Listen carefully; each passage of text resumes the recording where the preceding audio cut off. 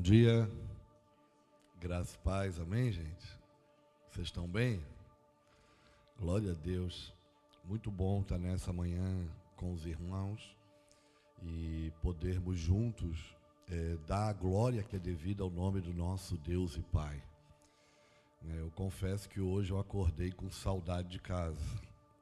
Eu já estou desde o dia 1º de outubro fora de casa, mas graças a Deus que terça-feira eu estou voltando. E esses últimos 20 dias foram muito produtivos. Posso dizer que cansativo também. A gente se cansa de não fazer muita coisa, só de transitar de um lado para o outro. Nós tivemos, junto com o pastor Júnior, com o Gessé, sexta-feira a gente foi para a região de Lisboa, onde passamos o dia numa reunião. Não era um grupo grande, mas tinha 8 nações da Europa reunidos numa casa e podemos sentar à mesa do Senhor e ouvir os irmãos e ser batizado em esperança, porque ainda que as nossas movimentações são diferentes, quando você senta para ouvir uns aos outros, você descobre que todo mundo anseia pela mesma coisa. Ainda que a forma de executar, de se movimentar é diferente, todos têm o mesmo sentimento.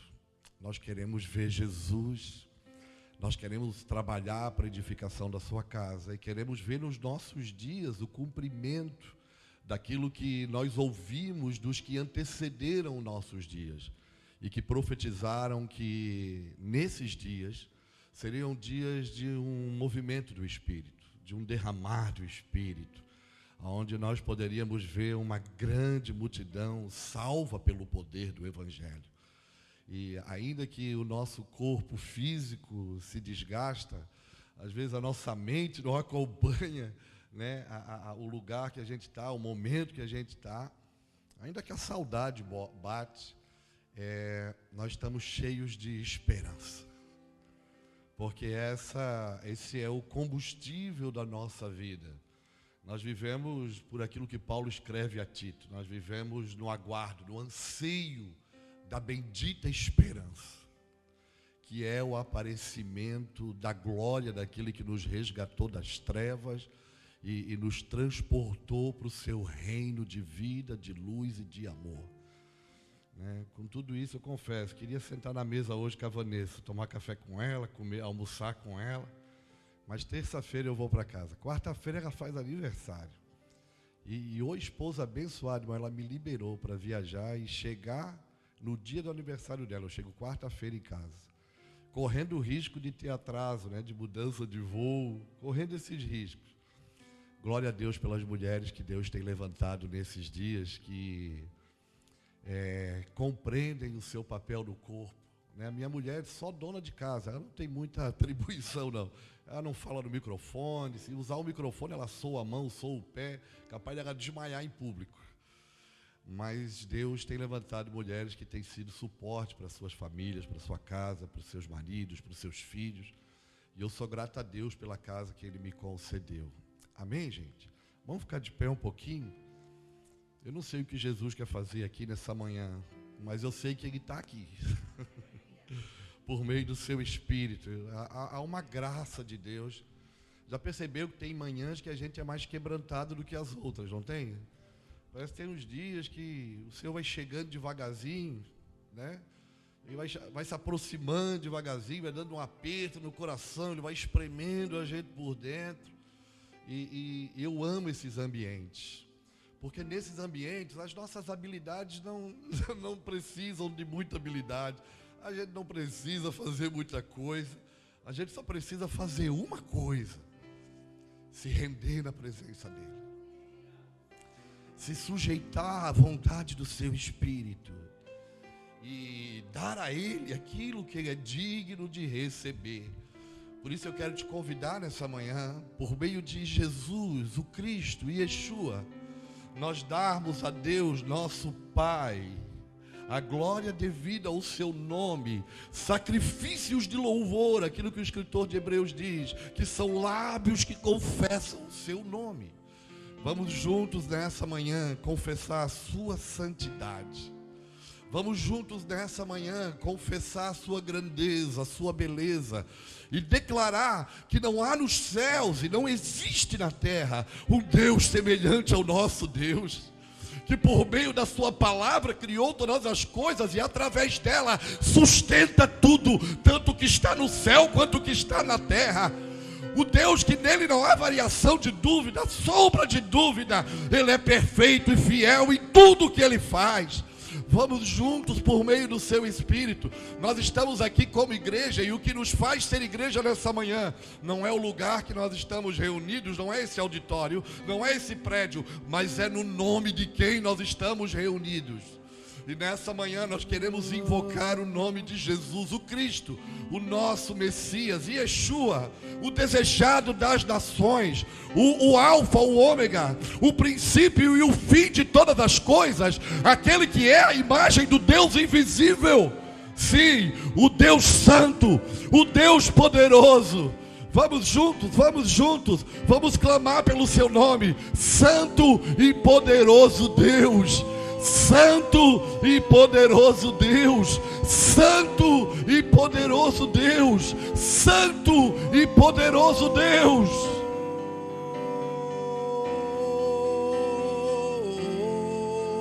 Sim, Jesus, nós nos sujeitamos à sua vontade. A nossa oração, Jesus, é não do nosso jeito, do seu jeito.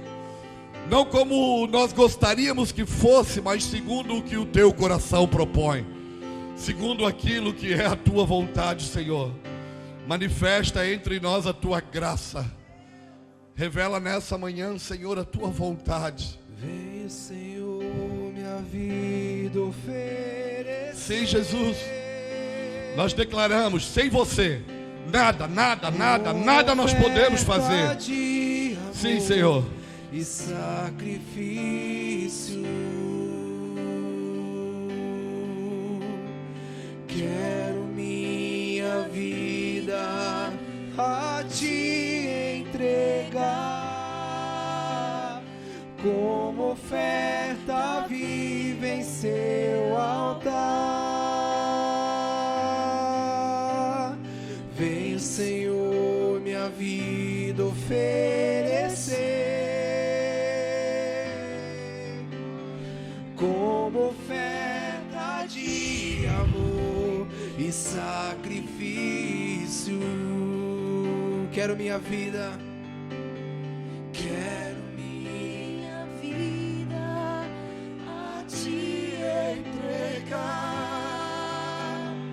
como oferta viva em seu altar.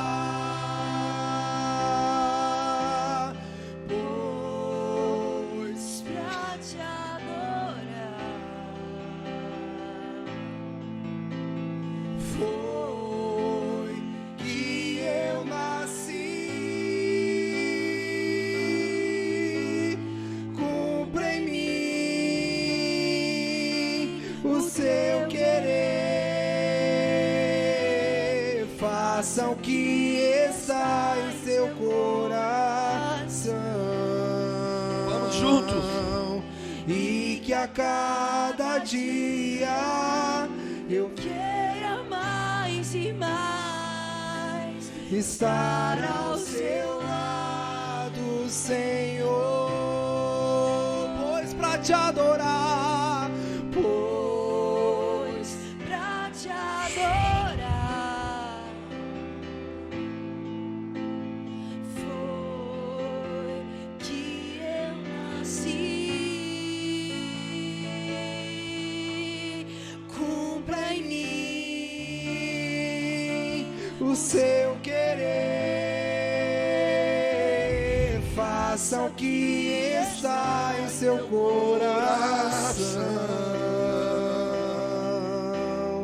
e que a cada dia eu queira mais e mais estar ao seu lado, estar ao seu lado, estar ao seu lado, Senhor. Aleluia. Obrigado, Jesus. Ah, meu amigo, Tu és a razão de nós estarmos aqui nessa manhã, Senhor Deus. Não há outro motivo e nem outra finalidade do nosso encontro, nosso ajuntamento nessa manhã, a não ser nos unirmos, sermos um como igreja para exaltar Teu santo nome, para que se reconheça no céu e se saiba na terra que Tu és Deus. O Senhor é bom e as Suas misericórdias, elas duram para sempre. Batiza-nos em misericórdia nessa manhã, Senhor. Estende com o Teu favor. Ah, Jesus, entra na nossa casa, na nossa vida com a Tua providência. Batiza-nos em misericórdia nessa manhã.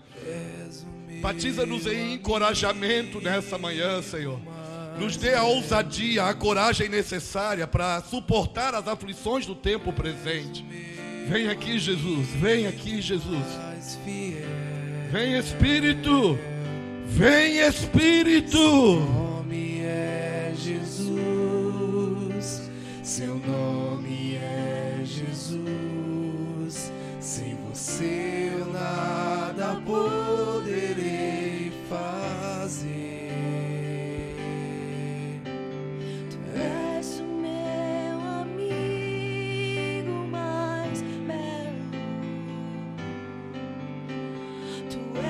O meu amigo mais fiel.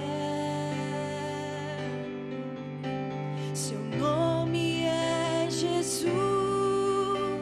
Seu nome é Jesus. Sem você eu nada poderei fazer. Meu amigo,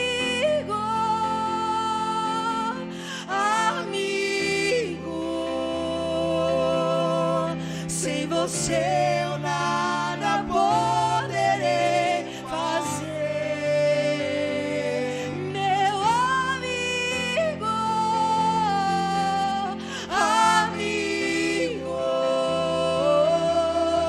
sem você eu nada poderei fazer. Meu amigo,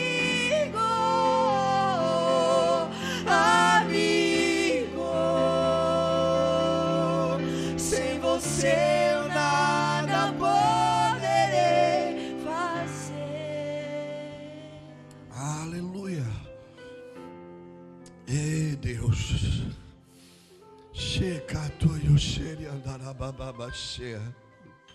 Sabe, eu percebo Deus renovando o ânimo, a força de alguns irmãos. Parece que Deus quer dar uma porção de encorajamento para esses dias, de ousadia. E parece que o Senhor quer confirmar e dizer assim: você não está sozinho. Eu e você somos a maioria. É como se ele estivesse dizendo: você não está só, eu e você somos a maioria. Do que você tem medo? Na minha presença o meu amor lança fora todo medo. Sim, Yeshua, vem com graça aqui nessa manhã, Senhor. Há tanto de você aqui, há tanto do Teu favor aqui, há tanto da Tua presença aqui. Renova, Senhor, ativa o dom que há em nós. Renova os dons aqui na igreja, na Tua igreja nessa manhã. Renova os dons dessa manhã, Senhor. O dom que o Senhor nos concedeu para a edificação da Tua casa, para a edificação do Teu corpo. Renova-nos, Senhor, nessa manhã.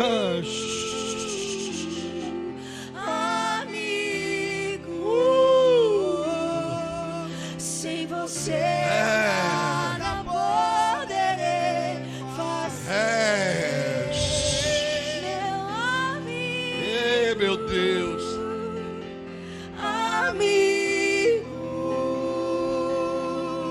Sem você eu nada poderei fazer.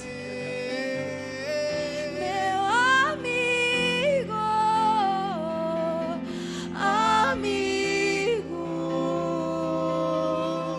sem você eu nada poderei fazer.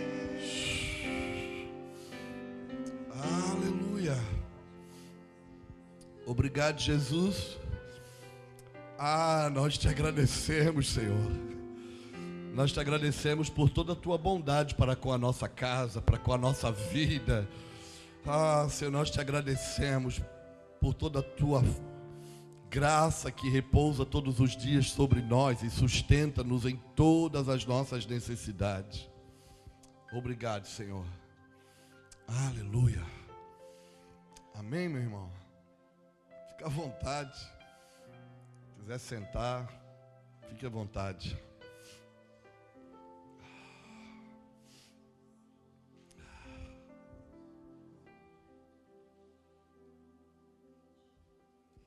Aleluia. Uma das minhas percepções é que a vida é feita de ciclos, né? E à medida que a gente vai vivendo e os anos vão passando, a gente vai vivendo dentro de ciclos e parece que lutando e vencendo. Quando a gente não vence, a gente faz tudo de novo. Mas a vida é um processo, é uma construção.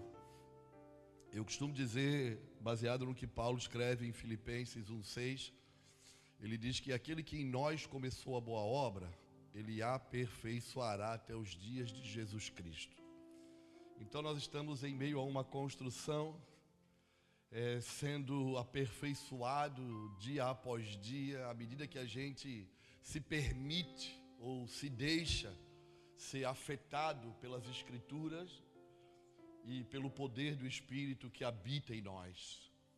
Então, à medida que a gente vai trilhando o caminho da fé, nós vamos sendo desenvolvidos, aperfeiçoados, nós vamos crescendo de glória em glória. E a minha percepção é que quanto mais eu trilho o caminho da fé, a jornada que o Senhor propôs para mim trilhar, menos de mim vai sobrando para que mais dele possa habitar em mim. Já percebeu que no começo da jornada da fé, a gente vem para o Senhor cheio de reivindicações, não é assim? A gente vem cheio, achando que tem um monte de direito, achando que a gente tem um monte de bênção para receber. E um dos personagens da Escritura que me instrui e me ensina sobre esses processos da vida, do desenvolvimento da vida, é o apóstolo Paulo. Já percebeu que no início da sua vida, nos seus primeiros escritos, nas suas primeiras cartas, Paulo é questionado sobre o seu apostolado, sobre a sua autoridade apostólica. E daí, nas primeiras cartas de Paulo, quando ele escreve, ele diz, reivindicando os seus direitos. Ele vai dizer, olha, se eles são apóstolos, falando daqueles que eram apóstolos em Jerusalém e daqueles que seguiram o Senhor enquanto o Senhor viveu, foram discipulados diretamente pelo Senhor Jesus, ele diz, olha, se eles são apóstolos, eu também sou. Se eles viram o Senhor, eu também vi. Era como se Paulo estivesse dizendo, olha, se eles podem, eu posso, se eles têm, eu tenho. Ele reivindica os seus direitos quando ele é questionado sobre a sua autoridade, sobre o seu apostolado. Mas depois de trilhar uma milha com o Senhor, ali pela metade da vida, quando ele está escrevendo, ele já está mudando um pouco de opinião. Ele já não está mais reivindicando seus direitos e dizendo, se eles são apóstolos, eu também sou. Ele já está dizendo, dos apóstolos, eu sou o menor. Porque quanto mais eu caminho próximo de Jesus, mais eu vou descobrindo que é graça. Que não é sobre a minha capacidade, as minhas habilidades, não é o quanto eu sei, mas é o quanto eu preciso depender dele. Depois de caminhar essa milha, a opinião de Paulo para ele já muda. Ele já não está mais reivindicando direito, já não está se achando o cara, ele só está dizendo, dos apóstolos, irmãos, eu sou o menor. Depois de caminhar mais algumas milhas, já chegando para o final da sua carreira, da sua jornada na fé, Paulo está escrevendo um pouco mais diferente. Ele já está dizendo, irmãos, dos pecadores eu sou o maior. Parece a gente. Quando a gente conhece o Senhor, a gente vem cheio de reivindicações, desejosos por termos nossos direitos, nossos problemas resolvidos, as bênçãos alcançadas. Mas depois de caminhar com o Senhor, a gente vai descobrindo que a nossa vocação é ficar com Ele, a nossa vida foi estabelecida para Ele, e já não é o quanto de coisas eu conquisto, o quanto de coisas eu vou ter na vida, mas é o quanto dele vai ter em mim. E à medida que quanto mais perto eu fico dele, mais eu descubro que é graça, é a bondade dele sobre a minha vida. Eu mesmo, a única coisa que eu tenho direito é a morte, porque fui gerado no pecado e nasci pelo pecado. Mas foi a graça dele que me alcançou e me deu uma nova vida, me resgatou das trevas e me transportou para o seu reino de luz e de verdade. Por que eu estou falando isso? Porque nós estamos trilhando a jornada da fé. Talvez a gente ainda vem para Deus reivindicando as coisas que nos faltam. E nós deveríamos estar em Deus nesses dias, sendo grato pelo lugar que nós já alcançamos. Somos nova criatura, se é que nós nascemos de novo. Não é o quanto nós vamos ter, comprar, conquistar, fazer, mas é o quanto da vida dele vai ter em nós. E uma das coisas que eu tenho aprendido, que nesses dias que a gente tem desejado ver cumprimento na nossa geração e um movimento do Espírito, derramar do Espírito, eu tenho descoberto que não é o que vai afetar os lugares aonde nós estamos, não é o quanto nós somos, mas é o quanto dele tem em nós. Não é se nós somos uma multidão, mas é o quanto de Cristo tem sido gerado e formado dentro de nós. Por isso que as Escrituras nos ensinam que é necessário que eu diminua e que Ele cresça. Aleluia. Percebe-se que Paulo viveu os ciclos da sua vida, viveu os processos da sua vida. E à medida que vai caminhando, vai se desenvolvendo, vai desenvolvendo maturidade, vai gerando uma maior dependência de Deus e vai descobrindo que tudo que nos sustenta é a graça e o favor dele, revelado pelo poder do Evangelho, da boa notícia de salvação que veio pela sua morte e ressurreição. E a Bíblia é feita e ela me ensina porque ela tem muitos personagens que viveram processos, cada um dentro do seu contexto. Um dos personagens que eu também sempre toca meu coração é Davi. Primeiro porque é um homem que não foi o perfeito dos perfeitos. Teve um caminho recheado de problemas, em alguns momentos desobediência e outros adultério. A vida de Davi foi recheada de coisas erradas. Mas ele não foi medido pelos erros que ele cometeu, mas por todas as vezes que ele se arrependeu dos erros que cometeu e a forma que ele lidou na sua vida com as desobediências que ele praticou.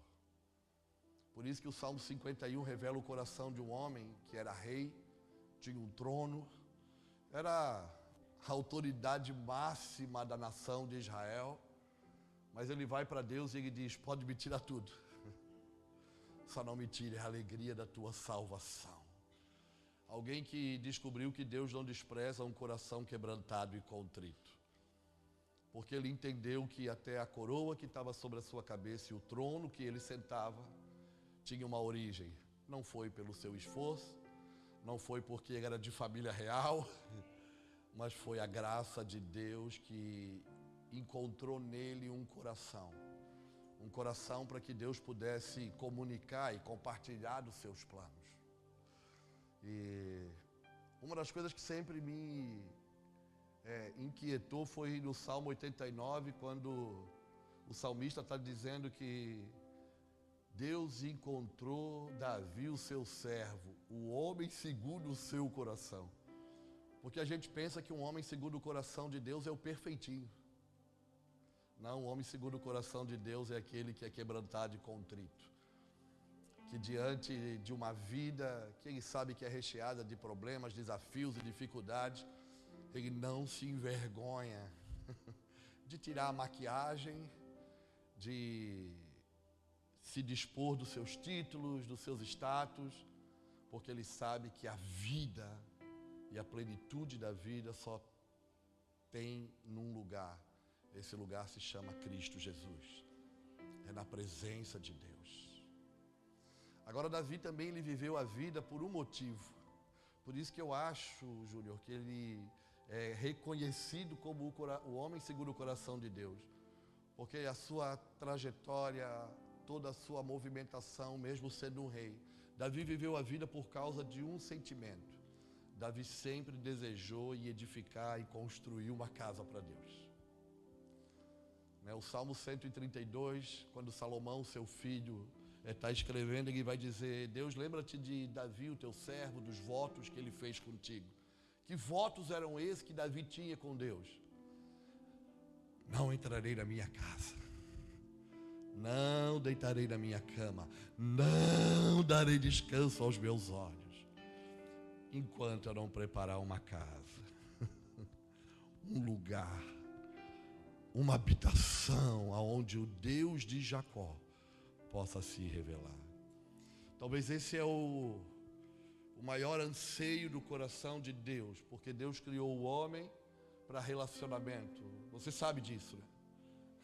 Que o propósito da existência do homem na criação, lá no Éden, foi um só. Deus criou o homem, Gênesis 1, 27, homem e mulher os criou, a imagem de Deus os criou. E Deus criou o homem, a sua imagem, para quê? Para relacionamento. Deus escolheu e criou o homem para que ele pudesse se relacionar, para ele ter comunhão, para ele interagir com o homem.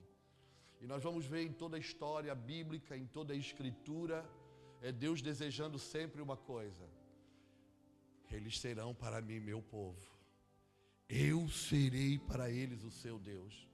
E sabe o ápice de tudo na Bíblia? O cumprimento de tudo. A gente espera, né, Júlio? O cumprimento profético, ver as coisas se cumprindo. Mas sabe qual é o cumprimento de tudo? Apocalipse 21, versículo 3.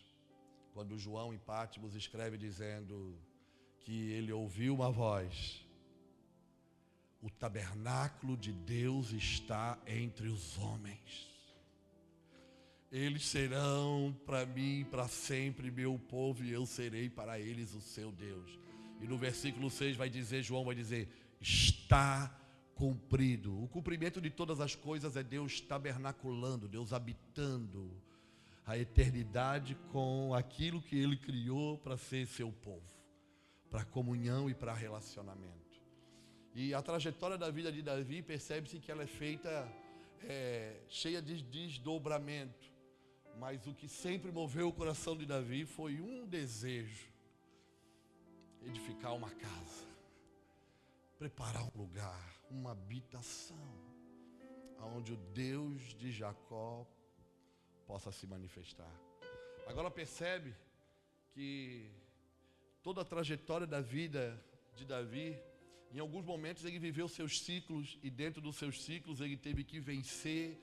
Dentro de cada tempo, ele teve que atuar para cumprir aquilo que a vida estava proporcionando para ele. E eu tenho aprendido com o Senhor, principalmente esse último ano, que parece que tem momentos da nossa vida que a gente faz algumas coisas, elas até fazem sentido. Mas à medida que a gente avança no tempo, os ciclos vão se fechando, a gente precisa ir sendo moldado, tanto pelo tempo, quanto pela palavra de Deus. No início da jornada de Davi, os seus primeiros desafios eram matar leão e urso que atacavam as ovelhas do seu pai. A primeira vez que ele aparece publicamente, é reconhecido publicamente, é quando ele vai servir seus irmãos, enviado pelo seu pai, que ele vai no arraial de Israel, que estavam ali diante do exército filisteu, sendo afrontados por um tal Golias, e esse Golias intimidando e amedrontando o exército. A gente conhece a história, que Davi, enviado pelo seu pai, leva alimento para os seus irmãos, chega lá, não se contém com aquele cenário um menino, um jovem. E o seu primeiro grande desafio, ele venceu com uma funda, uma pedra. Eram as armas que Davi conhecia, eram as habilidades que ele tinha para aquele dia, para aquele tempo, para aquele momento. E depois de se colocar à disposição de Saul, ele vai lutar com o gigante, e a gente conhece bem a história. 1 Samuel 17:50 diz: e Davi prevaleceu contra o filisteu, com uma funda e uma pedra, não tendo ele sequer uma espada na mão. Uau! Um ciclo da vida. Davi venceu o gigante com uma pedra e com uma funda. Aí agora ele ganha notoriedade, né? Ele ganha reconhecimento. Agora ele é alistado no exército de Saul. E agora ele sai às batalhas, ele sai às guerras. Mas Davi sai às novas guerras, ele não traz com ele mais a funda e a pedra, porque aquela funda e aquela pedra serviu para um determinado ambiente, eram as habilidades que ele tinha para aquela situação. 1 Samuel 18, versículo 4 em diante, vai dizer que ele tem uma amizade com Jonatas, filho de Saul, e diz que esse Jonatas pega o quê? Pega suas vestes, sua armadura, pega seu arco, pega sua espada, pega sua capa, e ele veste Saul.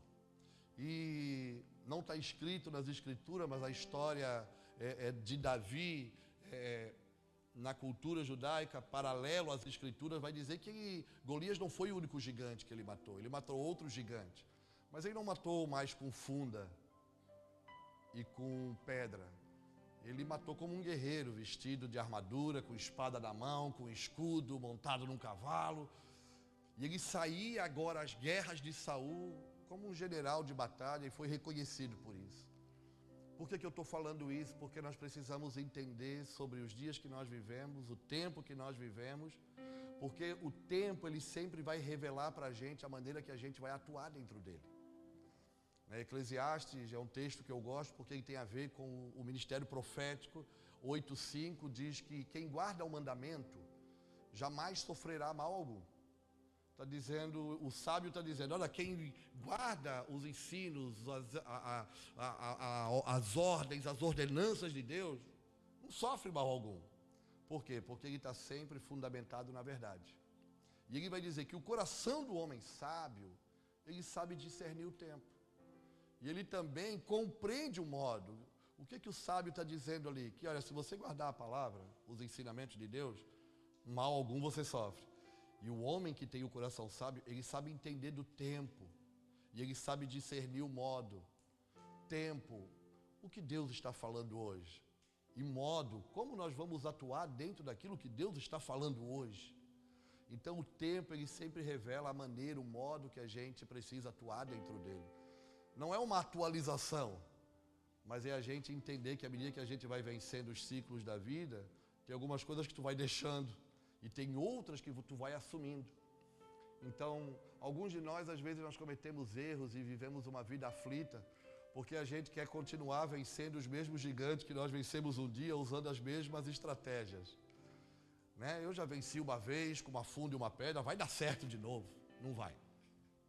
Porque para cada tempo, existe um modo para atuar dentro dele. Na primeira fase de Davi, as suas habilidades eram limitadas. Era um pastor de ovelha, cuidava das poucas ovelhas que o seu pai tinha. E Deus o honrava naquilo que ele fazia e com as habilidades, com a graça que repousava sobre a vida dele. Mas depois, agora ele está já alistado no exército de Saul e ele provoca até ciúme. Não ele necessariamente, mas as pessoas, porque reconheciam nele, Saul matou seus milhares, mas Davi seus 10 milhares. Por quê? Porque Davi estava sempre debaixo da ordem, vontade e favor de Deus. Só que ele estava adequado ao momento que ele estava vivendo. Nos dias do exército de Saul, ele estava vestido de armadura. Ele estava carregando espada. Ele não estava levando mais a funda e a pedrinha dele. Por quê? Porque o tempo mudou. Transformou o ambiente. Mais tarde, Quando Saul já morreu, quando Davi é estabelecido rei, ele vai fazer talvez aquilo que Saul nunca tinha feito, que é buscar a presença de Deus. E quando ele vai buscar a presença de Deus, no primeiro momento ele se frustra, parece que ele faz a coisa certa do jeito errado, né? E já percebeu que a coisa certa feita do jeito errado provoca a morte. É o que acontece quando eles põem a presença de Deus em cima de uma carroça, puxado por uma junta de boi, e em um determinado momento os bois tropeçam, Uzá toca na arca, não é assim? E cai morto. Eles foram fazer a coisa certa. O que era a coisa certa? Buscar a presença de Deus. Quem não quer a presença de Deus? Davi sabia que não poderia governar sem a presença. Então eles vão buscar, vão fazer a coisa certa. Fizeram uma reunião. Generais de guerra, sacerdotes, os levitas, os anciãos, sentaram na mesa do conselho, só que era o conselho dos homens, não de Deus. E eles decidiram, a coisa certa é buscar Deus esses dias. Mas eles foram fazer a coisa certa do jeito errado, e a coisa certa feita do jeito errado provoca a morte. Eu tenho uma concepção e uma forma de interpretar que quando eu olho boi nas escrituras, representa para mim a força do homem, e quando eu olho carro novo nas escrituras, que foi o lugar que Davi colocou a arca da presença, representa resultados rápidos. E na força do homem, às vezes a gente quer buscar resultados rápidos, e o que a gente vai encontrar pelo caminho é morte.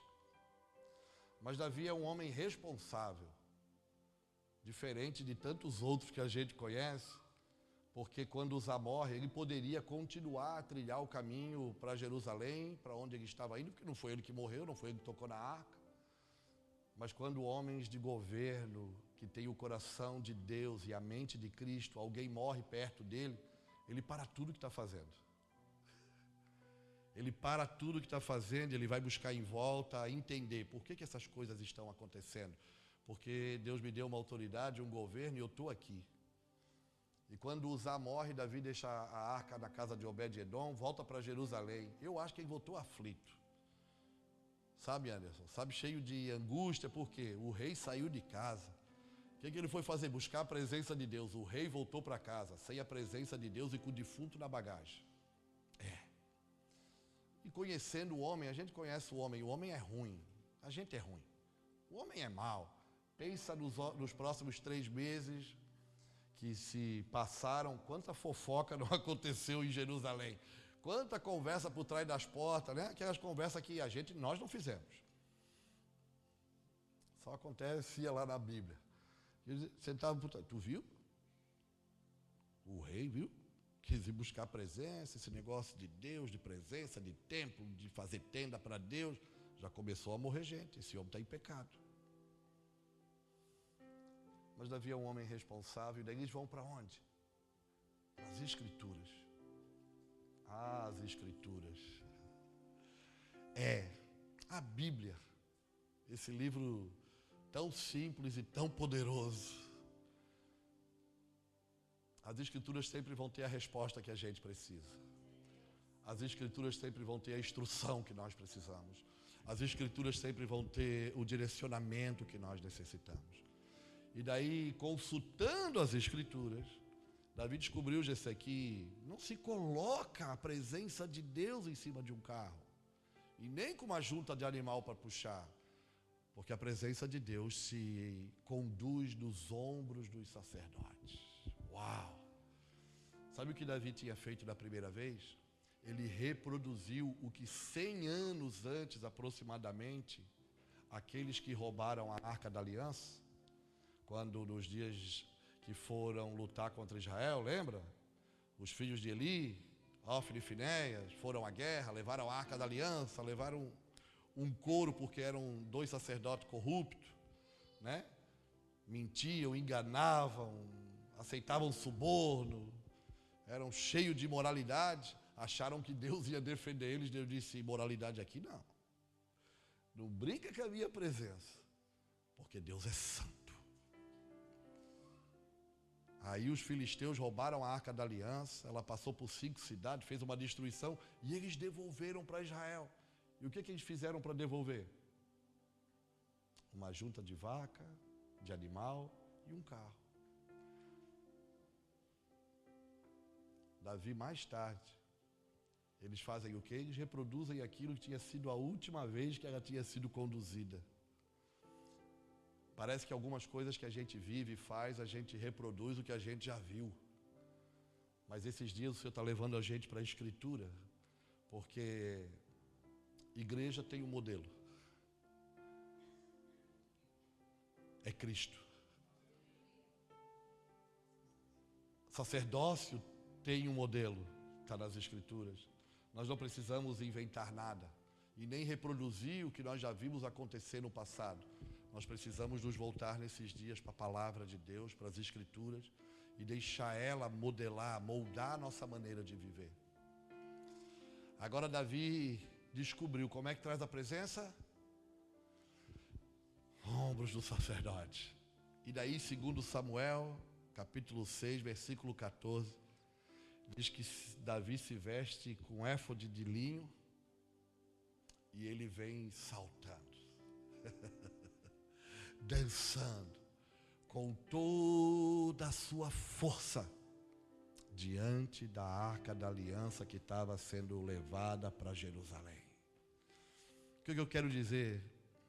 Percebeu que existe processo? No início da jornada, Davi venceu uma guerra para Israel com uma funda, com uma pedra. Num processo e num momento da sua vida, ele venceu guerras para Israel de armadura, de espada. Mas já quando ele foi estabelecido como rei, ele venceu guerras para Israel pela presença de Deus, promovendo um lugar de verdadeira adoração, fazendo e edificando um lugar para que essa presença pudesse ser revelada. Talvez na nossa jornada de vida a gente viveu alguns momentos. Nós já lutamos com funda, nós já saímos a guerrear com espada, e não foi assim? Os Rangers. Nós já subimos no monte, não era assim? Para guerrear as guerras de Deus. Mas nesses dias, Deus está levantando uma geração sacerdotal, assim como aquilo que Davi representa, uma geração de reis e de sacerdotes, que eles estão vestidos de éfode de linho, ou seja, estão vestidos de santidade, de pureza, e eles estão conduzindo, preparando um lugar para a revelação da presença de Deus. Percebe-se que não é o quanto nós somos, mas é o quanto de Deus vai ter em nós e o quanto de Deus vai afetar os nossos passos. Talvez alguns de nós aqui já tentou muitos mecanismos, né, para vencer algumas batalhas. Até deu certo um dia, mas nesses dias é um tempo da gente se despir do velho homem e se revestir do novo homem, da nova criatura, e preparar um lugar para o Senhor. Já percebeu que a gente leva uma vida envolvido com muitas coisas, mas a gente esquece a finalidade e o propósito da nossa existência. E a finalidade e o propósito da nossa existência, irmão, não se esqueça disso. É estar com Cristo e preparar uma casa, um lugar para Ele. Eu estou falando isso porque eu percebo Deus despertando a igreja nesses dias, e nós estamos no continente europeu, nós estamos aqui em Braga, e a gente sabe que esse lugar nasceu por uma palavra, a gente sabe que alguns irmãos aqui já trilham um caminho, alguns anos na fé, mas aquilo que Deus vai fazer agora não depende de quão habilidosos nós somos, o quanto o nosso marketing é bom, o quanto as nossas frases de efeito podem impactar as pessoas, o quanto as nossas habilidades, ou o quanto de habilidades nós temos. Mas o que vai afetar a terra nesses dias, e essa cidade, essa região, é o quanto nós estamos dispostos a preparar uma casa para Ele, um lugar para Ele, uma habitação para Ele.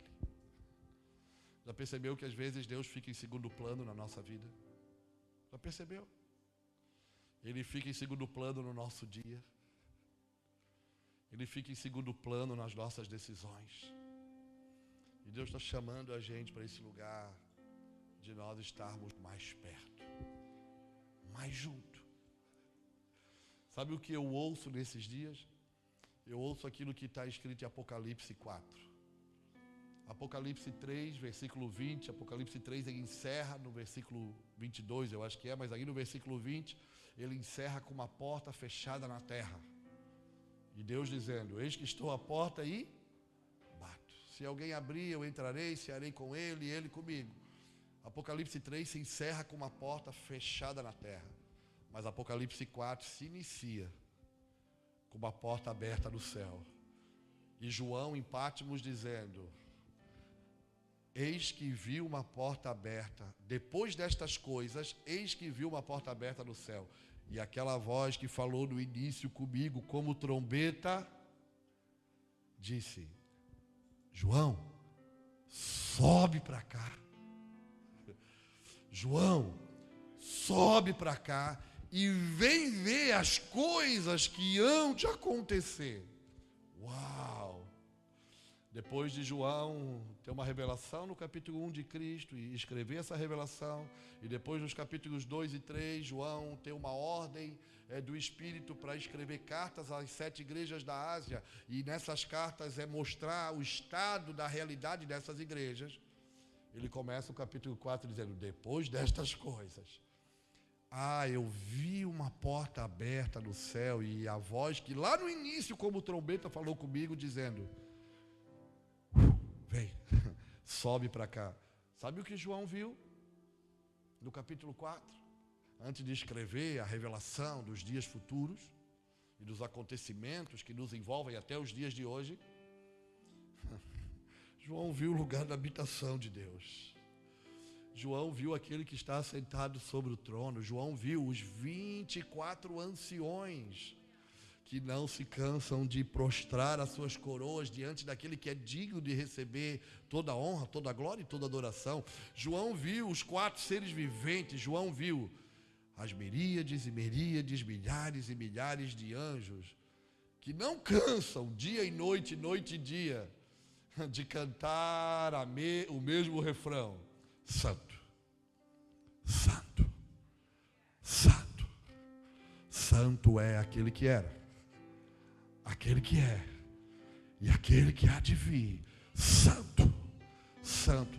Escute, eles não estão cantando uma canção aleatória. Eles estão cantando o que eles estão vendo. Eles estão contemplando e eles estão cantando o que eles estão vendo. Então, sabe o que eu estou ouvindo nesses dias? Deus dizendo: oi, ei, quer saber o que vai acontecer no futuro? Quer entender sobre a realidade das Escrituras que anunciam a vinda do meu reino, o estabelecimento do meu reino, o meu retorno? Ei, sobe para cá. Vem ver o lugar da minha habitação. Vem ver como as coisas são governadas daqui aonde eu estou assentado, no alto e sublime trono. E por causa desse lugar, todas as coisas no céu e na terra são sustentadas. Ele está dizendo: quer entender da legislação do meu reino? Sobe para cá. Uau! Aí o Salmo 24, eu também gosto do Salmo 24. Diz que a terra e os seus habitantes pertencem. Aí no versículo 3 tem uma pergunta: quem subirá ao monte do Senhor? Há uma convocação nesses dias. Ei, sobe aqui. Vem para cima. Vem ver. Vem entrar nesse lugar de intimidade. Vem conhecer o lugar da minha habitação. Vem compreender as coisas que estão escritas sobre o futuro. Porque Deus quer nos revelar as coisas que estão escritas sobre o seu dia, o dia do Senhor, sobre o seu retorno, para que a gente não seja pego distraído, desapercebido, para que a gente tenha a oportunidade de se preparar para esse dia. Porque a Bíblia vai dizer o quê? Que a vinda do Filho do Homem, Mateus 24, 37, será como nos dias de Noé. Os homens estarão fazendo o quê? Comendo e bebendo. Casando e se dando em casamento, até que veio as águas, levou a todos, e eles não perceberam. Ele está falando de um cenário que ocorreu em Gênesis 6, Jesus instruindo seus discípulos. Teve um acontecimento em Gênesis 6, Isaías diz que ele anuncia o fim desde o princípio. Se eu quero saber o fim das coisas, eu volto ao início delas. E ele está dizendo que vai ser como nos dias de Noé. E como era nos dias de Noé? Tinha um tipo de gente distraída, porque veio as águas, levou eles nem perceberam. Tinha um tipo de gente que vivia para comer e beber, fazer festa. Tinha um tipo de gente que casava e se dava em casamento, que fazia alianças e quebrava alianças. Um tipo de gente desapercebido a uma mensagem de juízo que um velho de 500 anos começou a pregoar quando começou a construir uma arca e durante 100, 120 anos proclamou essa mensagem, mas eles não creram. E nós só estamos aqui porque um velho de 500 anos acreditou no que não viu. Hebreus 11 vai falar sobre isso, 11:7, que Noé creu no que não viu e construiu uma arca que salvou ele mesmo e a sua família, e isso foi imputado para ele como um pregoeiro, um pregador de justiça. Nós estamos aqui porque alguém creu no que não viu e construiu uma estrutura que suportou as demandas do tempo do fim, do juízo de Deus. E Jesus anuncia para os seus discípulos, instruindo, dizendo que o seu retorno e a sua vinda será como nos dias de Noé, de Noa. Já percebeu que nos últimos anos começou a nascer uma série de crianças com o nome Noa? Eu tenho um neto chamado Noa. Eu acredito que Deus usa as coisas naturais para revelar realidades espirituais. Há uns 25 anos atrás, no Brasil, nasceu uma série de Samuel, porque havia a geração profética, movimento, geração de Samuel. As canções, os seminários, as movimentações, tudo apontava sobre Samuel. Há uns entre 10 e 18, 17 anos atrás, nasceu uma geração de Davis. Porque Deus estava estabelecendo a compreensão de um reino de reis e de sacerdotes. E nos últimos anos, talvez de 5 anos para cá, começou a nascer uma geração de Noas. E não é Noé, é Noa. No mesmo contexto da pronúncia hebraica. Consolo, Noa. Ele vem para consolar os seus pais. Ele nasce dentro de uma geração para consolar o coração dos seus pais. Percebe que as coisas de Deus não são aleatórias. Mas às vezes as nossas distrações não permitem a gente perceber, atentar para aquilo que está chegando até nós. Quer dizer que Jesus volta amanhã? Não, nós não somos malucos de dizer. Não sei se nos meus dias, no dos meus filhos, no dos meus netos, não sei se os homens de 50 ou os meninos de 5 vão participar desse cenário. Mas a Bíblia ensina uma geração fazer menção a outra geração. E à medida que os anos avançam, nós precisamos trabalhar com foco. Preparando o caminho da volta do Senhor, preparando a igreja para o Senhor, ainda que seja na geração dos meus netos, que eu não esteja aqui, mas eles não vão precisar trilhar os mesmos caminhos que nós trilhamos, de recomeçar de novo, tudo de novo, porque nos faltou orientação, instrução, ensino. Então nós temos um trabalho para fazer, nós temos um movimento para fazer. E essa é a voz que eu tenho ouvido esses dias. Querem saber o que vai acontecer? Subam para cá. Porque a compreensão do tempo ou do dia do Senhor está condicionada ao nível de intimidade que nós estamos dispostos a ter com Ele. E o Salmo 24, como nós estávamos mencionando, no versículo 3 diz: quem vai subir no monte do Senhor? Qual é o tipo de pessoa que vai subir? Quem tem? Mãos limpas. Que não é dado à vaidade. Essa é a geração daqueles que buscam, que amam o Senhor. Sabe o que fala de mãos limpas? Um tipo de gente que tem o seu serviço nesses dias santo. Que ele é sacerdote de Cristo e tudo que ele empenha a sua mão para fazer é santificado para a glória de Deus. Que no seu serviço não há corrupção, não há mentira, não há engano. Que tudo que ele presta de serviço, ele busca e luta para ser justo e santo. Os que vão subir no monte do Senhor nesses dias são homens de coração puro. Irmãos, Jesus quer limpar a gente. Vamos ser honestos, nós somos muito ruins.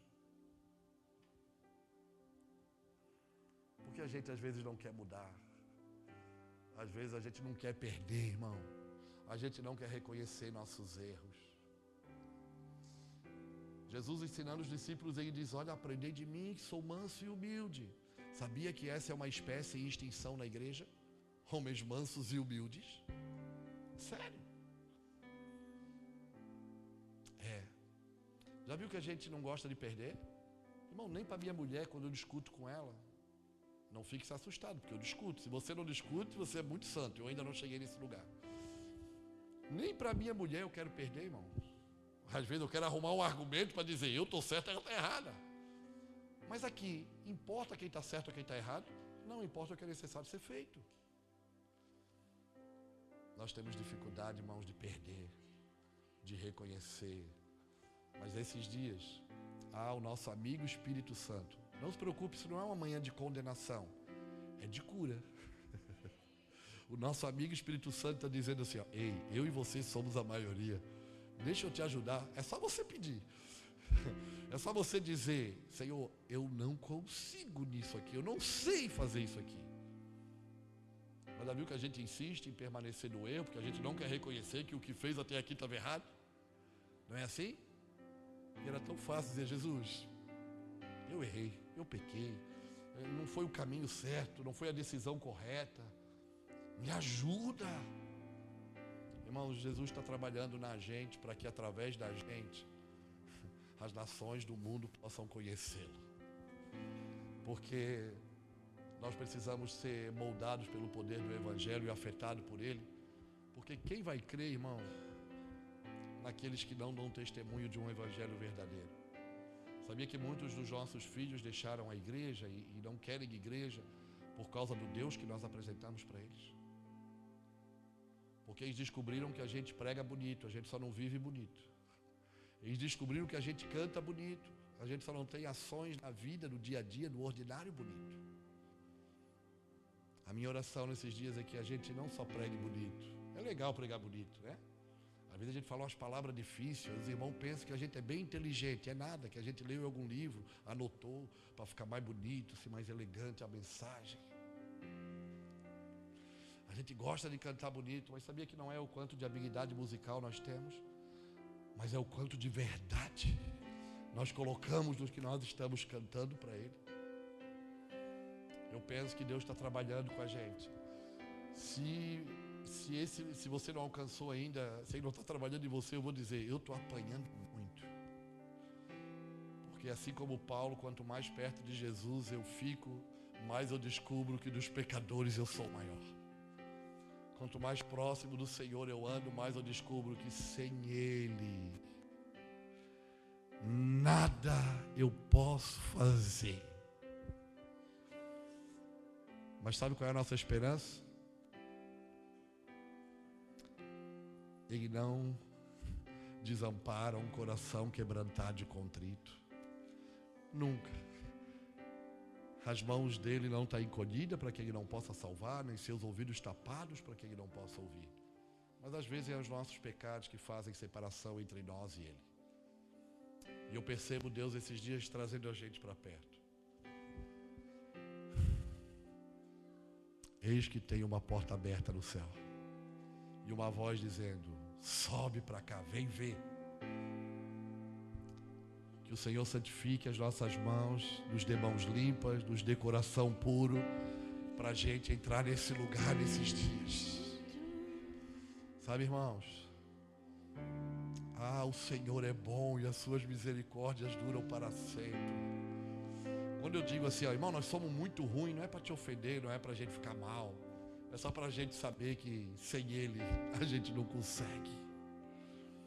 Tudo é a graça, tudo é o favor, tudo é a bondade, tudo é o cuidado dele. E esses dias, eu percebo Deus querendo entrar em alguns lugares. Portugal, você sabe que é uma porta de entrada para o continente europeu. Deus tem levantado muitos remanescentes nessa nação, nesse continente, nessa cidade. Deus tem despertado uma geração de homens e de mulheres para fazer uma coisa: preparar uma habitação, uma casa para Ele, e estão indo buscar a presença de Deus. A minha pergunta é se nós estamos dispostos a isso. E antes de eu ir embora terça-feira, eu queria deixar esse convite: venha, Vem para mais para perto, vem para estar mais dentro. Vem te vestir de linho, vem te vestir com éfode de linho, vem te vestir de santidade e de pureza.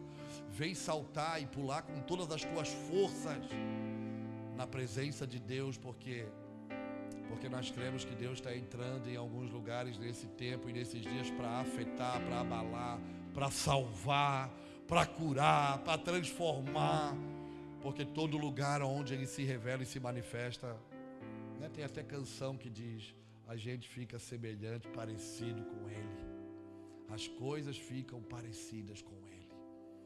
Irmão, fica de pé comigo nessa manhã. Aleluia.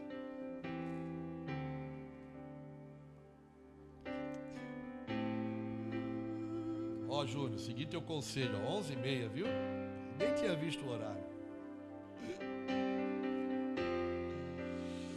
Aleluia. Aleluia.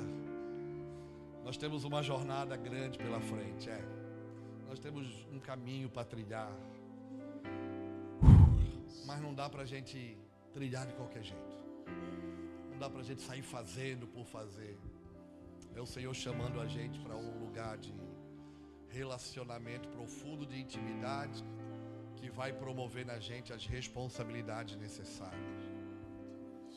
Eu queria orar com a igreja nessa manhã, nesse ambiente. Tem um ambiente de graça, não tem? Tem dia que a gente é explosivo, irmão. Tem dia que eu gosto, tem dia que a gente é vulcão, né? Sai dando voadeira para todo lado. Mas tem dia que a gente só caminha na brisa suave. Eu acho que hoje nós estamos igual Elias quando se escondeu na caverna, né? Veio um trovão, uma tempestade, relâmpago. Elias saiu para ver, Deus não estava. Mas da terceira vez, quando ele saiu, que só tinha uma brisa suave, Deus estava nele e comunicou com ele, né? Nós não estamos presos a formas, nós estamos presos à vontade do Espírito. Já percebeu que no deserto, durante o dia, para conduzir o povo, Deus tomava forma de uma nuvem de glória. Durante a noite, para conduzir o povo, Deus tomava a forma de uma coluna de fogo para iluminar eles. Então o Senhor toma a forma necessária para fazer que a gente, dia e noite e dia, sejamos conduzidos para o lugar que Ele nos chamou para estar. E nessa manhã tem uma brisa suave aqui. Parece que o Senhor está conduzindo a gente, assim, ó. Fica agitado não, fica preocupado não. Porque tanta aflição, tanto medo, tanta insegurança. Confia no Senhor. Ele é bom. E as suas misericórdias duram para sempre. Eu queria orar com você. E eu não sou de costume de chamar todo mundo para frente, mas eu também gosto que as pessoas sejam espontâneas. Eu entendo que tudo é voluntário, né? Gessé falou, se a oferta é voluntária e se a oferta é nós nos darmos a Ele, né, tem que ser mais voluntário ainda. Cada um sabe, irmãos, o lugar que está, a forma que está vivendo, o que precisa nesses dias. Eu só tenho uma coisa para falar para você, você não está só.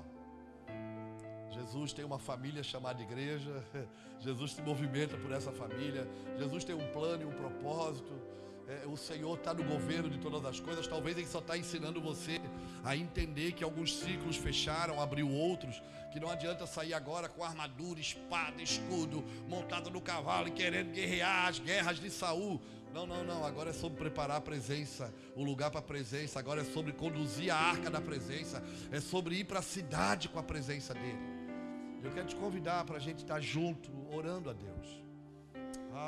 Eu sinto cura nessa manhã, sabe?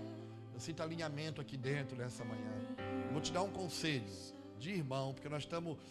Aqui não é o culto, irmão, não é só um encontro para a gente, né, cumprir um cronograma. O culto, irmão, nós estamos aqui como igreja, como um organismo vivo. Jesus está aqui, por meio do Espírito Santo.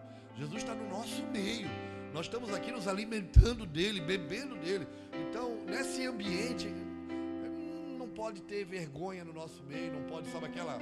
Aqui não é o lugar que a gente mantém a postura e a pose, aqui é o lugar que a gente se joga de Jesus. Eu preciso, deixa eu dar um conselho para você. Talvez tem coisas que para você é difícil demais. Talvez você tenha lutado com isso dentro de você constantemente.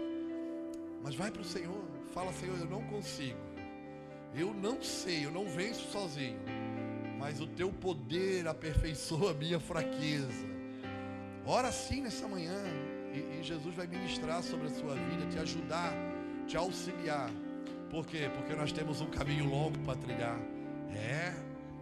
Nós estamos em construção, não se preocupe, aqui ninguém está pronto. Gessé não está pronto, a banda não está pronta, nem a igreja está pronta, nem o prédio está pronto. Aqui é tudo em construção. Deus está trabalhando na gente. Deus está nos ensinando a cada dia, a cada manhã. E eu queria orar hoje. Eu sinto graça de Deus. Eu sinto um novo momento para essa igreja. Viu? Eu não moro aqui em Braga, eu não estou aqui, mas eu sou parte da implantação dela. Então ela faz parte da minha vida, as coisas que acontecem aqui. Eu sinto um novo momento para a igreja. Nos últimos meses, talvez 2 anos, foi criado um lugar para fundamento, né? E palavras talvez um pouco mais duras, para trazer um pouco mais para perto, para a responsabilidade. Mas eu estou percebendo Deus vindo assim com uma brisa suave, um poder do Espírito nesses dias violentos. Eu sinto Deus vai habilitar algumas pessoas aqui para ir adiante, para se expandir pelas nações, nesse continente e em outros continentes. Eu sinto o poder do Espírito nesses dias vai afetar a vida de alguns irmãos, violentamente, profundamente. Aleluia. Pai, em nome de Jesus, nós estamos aqui como família, como igreja. E o nosso maior anseio, Senhor, é ver a Tua presença e a Tua glória sobre nós, Teu poder sobre nós. Por isso eu oro, Senhor, aperfeiçoa-nos nas nossas fraquezas. Ensina-nos, Senhor, o caminho que precisamos trilhar nesses dias. Eu oro pela vida dos meus irmãos. Eu quero abençoar cada irmão que nesse momento, Senhor, se expõe diante de Ti e está pedindo, Senhor, me ajuda. Entra com providência, me auxilia. Senhor, tem coisas que eu não consigo, tem coisas que parecem estar distantes do meu alcance. Eu quero Te abençoar, porque eu creio, Senhor, que o Teu poder, Ele pode transformar qualquer situação de adversidade. Eu oro, Senhor, por um despertar. Desperta os Teus sacerdotes aqui. Desperta os carregadores da Arca da Aliança, os condutores da Tua presença. Desperta, Senhor, aqueles que vão subir mais alto, aqueles que não vão medir esforços para entrar nos lugares aonde Tu governa, Tu reina, aonde está estabelecido a plenitude do Teu nome. Pai, em nome de Jesus, em nome de Jesus. Pai, nós não estamos aqui nessa manhã como reivindicadores de direitos, mas nós estamos nessa manhã rendidos à Tua vontade. Não é sobre aquilo que Você pode fazer sobre nós, mas é sobre aquilo que Você é em nós. Por isso, em nome de Jesus, Senhor, derrama graça sobre a igreja de Braga, derrama graça sobre essa comunidade, derrama graça sobre a vida dos meus irmãos. Eu oro por cada família aqui, Senhor. As trevas lutam contra nossas casas. Nossos filhos são afetados, Senhor, constantemente pela investida do reino das trevas. Nós nos levantamos nessa manhã como sacerdotes, como família, como igreja, como Teus filhos, e entronizamos o Teu nome sobre todo nome. E pedimos, Senhor, guarda a nossa família, guarda nossos filhos, cobre a nossa casa. Eu me oponho nessa manhã a todo espírito de morte, a todo sofisma, a todo engano, a toda mentira que se levanta contra o Teu conhecimento e a Tua sabedoria, Deus. Em nome de Jesus. Em nome de Jesus, meu Pai. Nós nos juntamos nessa manhã para chorar com os que choram, para celebrar com os que celebram, mas nós queremos ser o Teu corpo, Senhor, ser a Tua igreja nessa cidade, compartilhar da Tua vida nesse lugar, meu Pai. Pai, em nome de Jesus. Em nome de Jesus, Senhor. Ei, Clebão. Os Teus planos para Portugal eram outros, Clebão. Mas à medida que as coisas vão tomando forma e ordem dentro de Ti, o Senhor vai te iluminar o entendimento, cara. Vou dar um conselho para ti. Tu és um baita músico, mas te debruça sobre as escrituras, porque Deus quer fazer assim como fez com Gessé. Tirou ele do instrumento e conduziu ele a cuidar de gente, a ensinar pessoas, a discipular pessoas. Gessé é um grande músico, gravou, fez tudo que um músico deseja.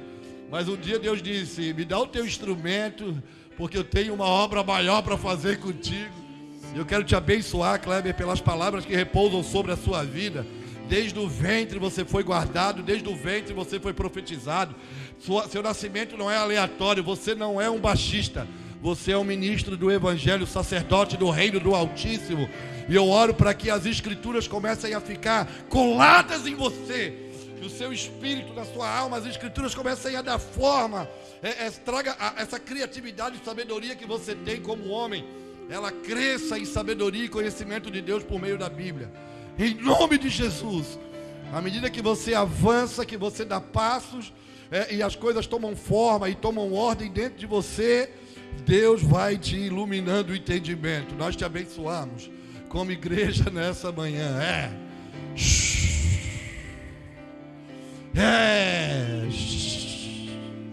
Em nome de Jesus. Em nome de Jesus.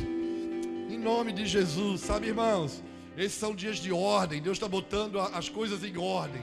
Deus está ordenando a sua casa. E casa, nós podemos aplicar casa, Deus está me ordenando. Casa, minha família, Deus está ordenando minha família. Casa, a igreja dele, Deus está ordenando a sua igreja. São dias que Deus está colocando as coisas no seu devido lugar. Aleluia. Oh, meu Senhor, aleluia. Recebe graça de Deus, meu irmão, vida de Deus. O Senhor é contigo.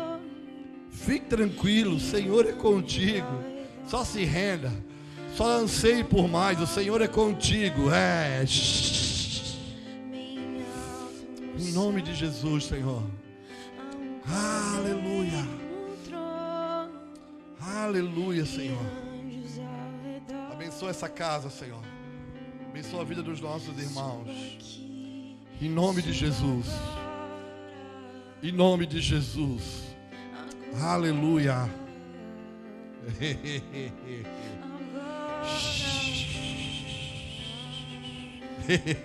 Sabe o que eu vejo, Jessé? Deus juntando no mesmo lugar homens vocacionados, porque Deus vai expandir ministérios sobre a Europa, sobre Portugal.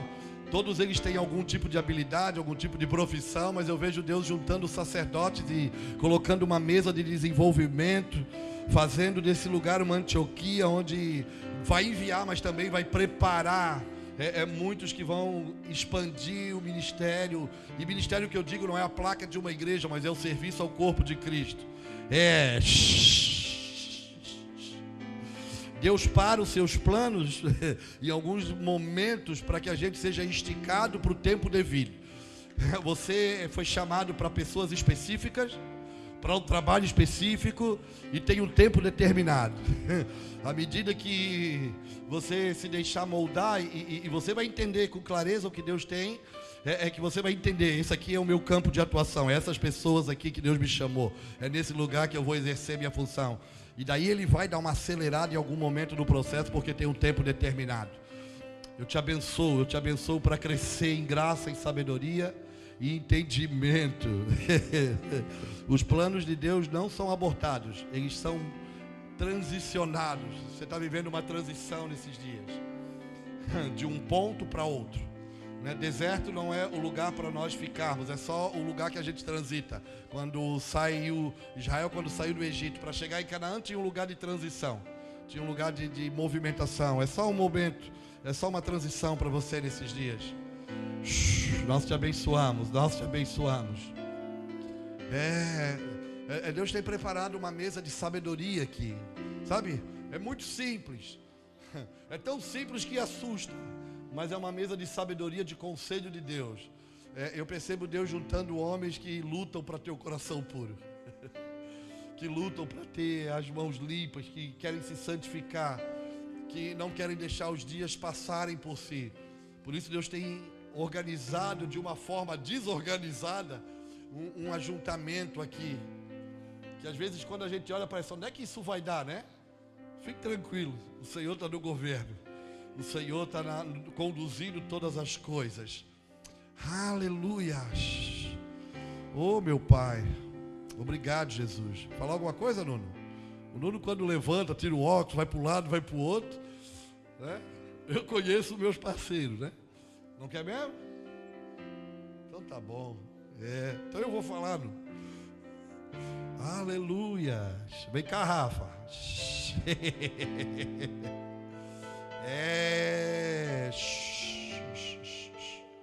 Meu pai. Eita.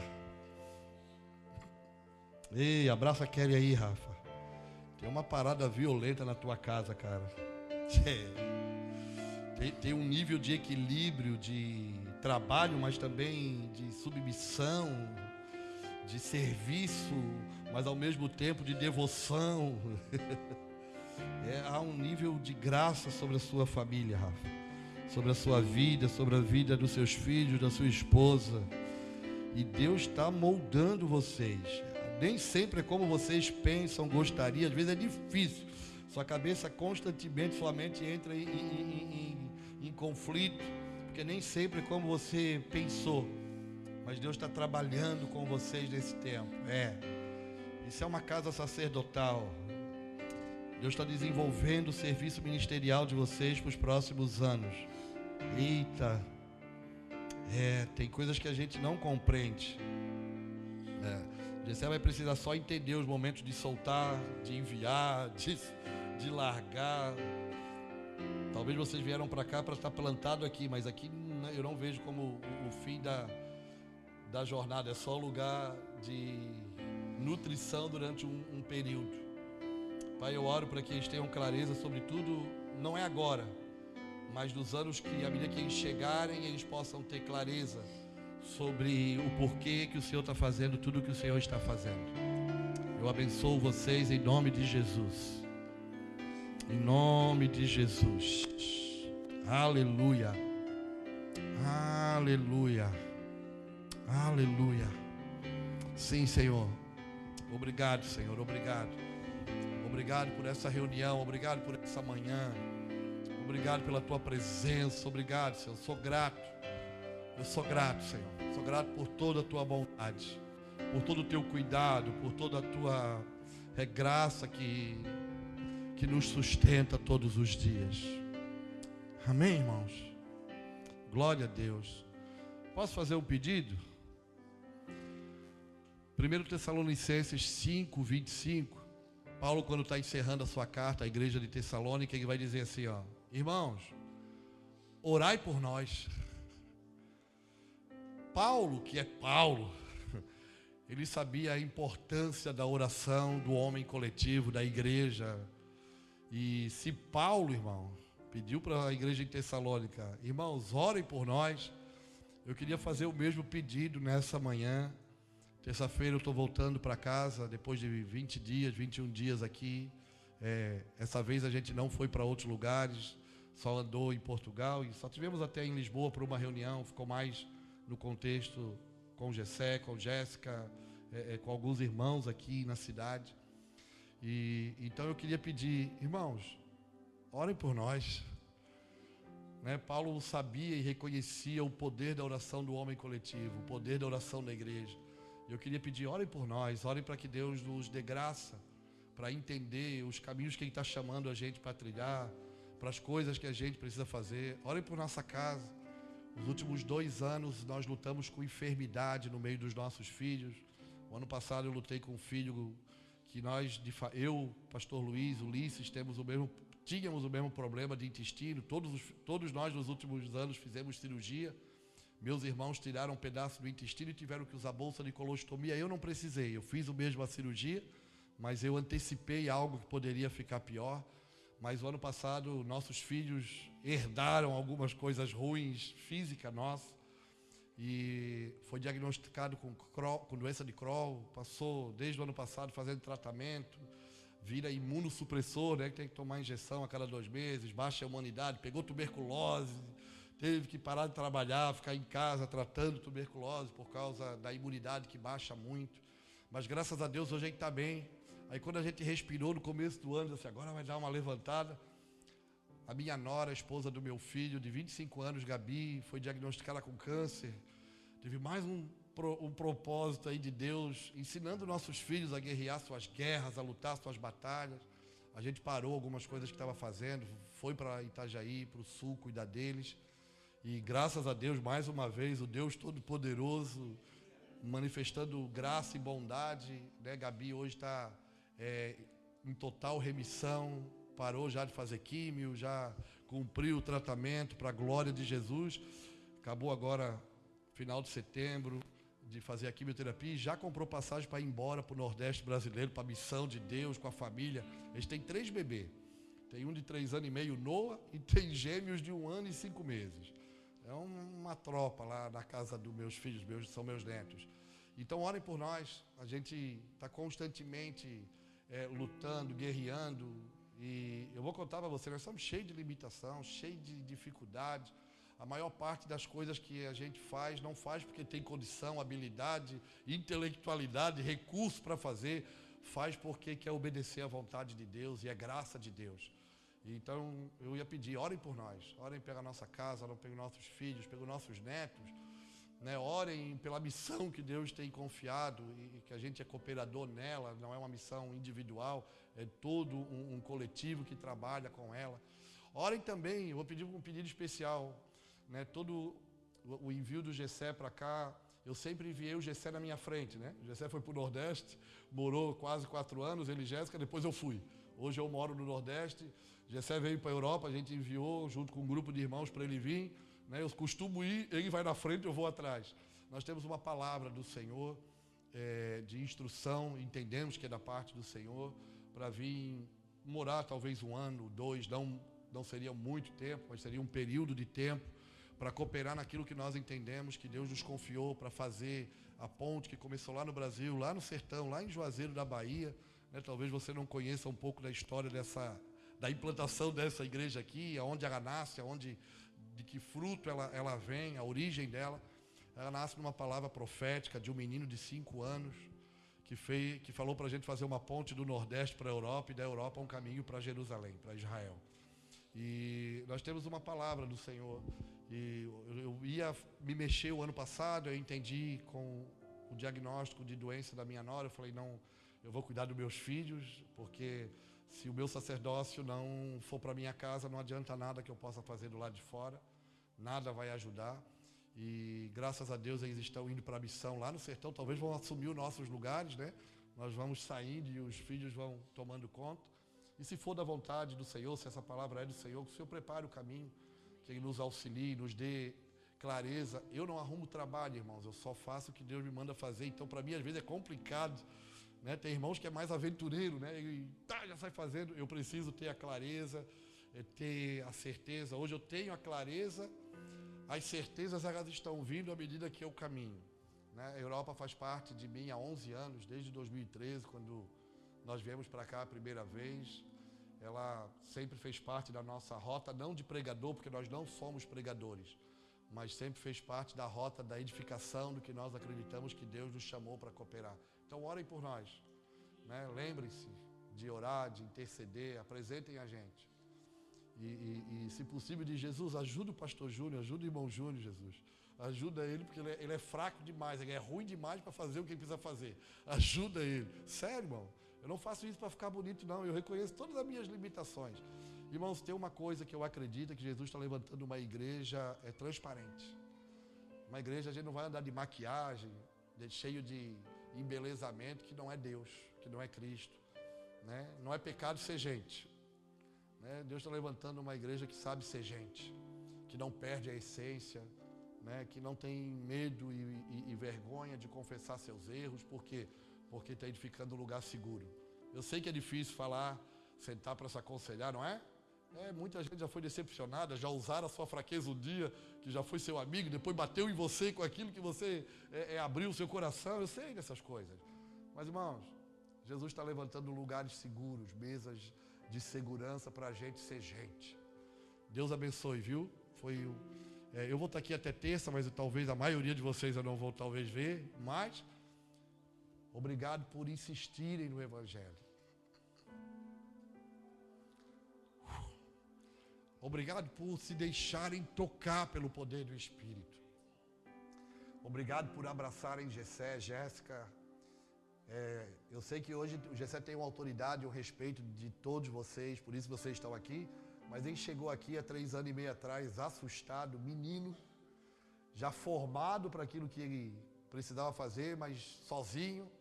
E eu agradeço a vocês por ter abraçado, botado ele junto e segurado. Cara, nós estamos juntos. É isso aí. Porque isso é igreja, irmão. Igreja é um corpo.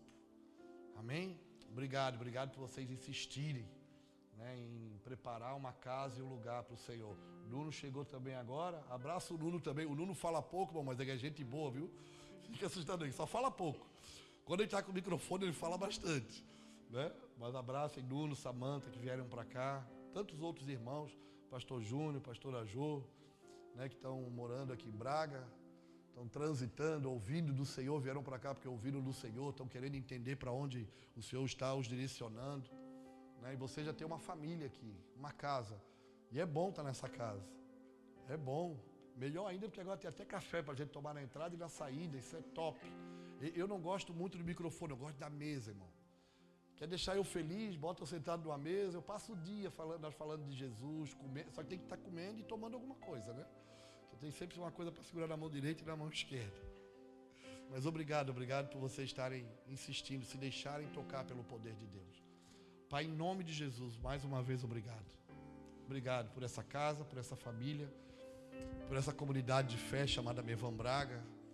Obrigado pela vida dos meus irmãos, Senhor, que não tem medido esforços para estar aqui, não tem medido esforços para se juntarem e edificar um lugar para você. Obrigado, Jesus. Amém, Senhor. Obrigado. Vamos orar por ele, irmãos. Um dia eu vim para cá e voltei. Agora eu vim e fiquei. Nossa oração é que você venha e fique também. Pelo menos por um tempo. Que essa presença boa que você carrega, que você traz, isso tem sido muito importante para nós. Esses dias aqui, irmãos, foi muito bom para mim. Deus falou muito ao meu coração, através da vida do pastor Júnior. E eu queria, nós como igreja aqui, pudéssemos abençoar a vida dele, a viagem dele, a esposa, os filhos, os netos. Ele continue sendo esse vaso nas mãos de Deus, que derrama, né, de tanta glória, de tanto poder que Deus colocou sobre a vida dele. E como ele falou, não é nada, mas ele carrega algo muito especial. Pai, nós queremos te agradecer pela vida do pastor Júnior, Senhor. Senhor, te agradecer pela vida da esposa dele também, que liberou ele para estar conosco aqui nesses dias, Senhor Deus. Obrigado porque o Senhor entregou algo a ele, Senhor, que tem nos enchido, que tem nos dado esperança, que tem nos dado direção, Senhor Deus. Tem nos ensinado muito, Senhor Deus. Por isso queremos pedir que o Senhor o capacite cada dia mais, Senhor Deus. Que o Senhor o direcione, Senhor Deus. Que o Senhor, dê a ele, Senhor, como ele disse mesmo aqui nessa manhã, mãos limpas e coração puro, Senhor Deus. Porque, Senhor, nós temos visto a Tua presença através da vida dele, Senhor. Que aonde ele for, Senhor Deus, ele possa derramar disso, Senhor. Nós o abençoamos hoje como igreja, Senhor Deus. Que Teu Espírito, Senhor Deus, fale ao coração dele cada dia mais, Senhor Deus. Ó Pai, em nome de Jesus, Senhor, abençoa. Leva-o de volta para a sua casa protegido, Senhor Deus, pela Tua mão poderosa, Senhor. E ao chegar em casa, ele veja, Senhor Deus, a mesma presença que ele deixou aqui, Senhor, na sua casa, na sua família, nos seus filhos, Senhor. Ó Pai, a boa obra que o Senhor entregou nas mãos dele, Senhor, se cumpram nesses dias, Senhor, até o último dia da sua vida, aqui na sua terra, venha se cumprir, Pai. Nós o abençoamos hoje, Senhor, como igreja, em nome de Jesus. Em nome de Jesus, Pai. Em nome de Jesus. Obrigado, Pai. Obrigado por essa vida tão preciosa, tão especial. Nós te agradecemos, Pai, em nome de Jesus. Amém.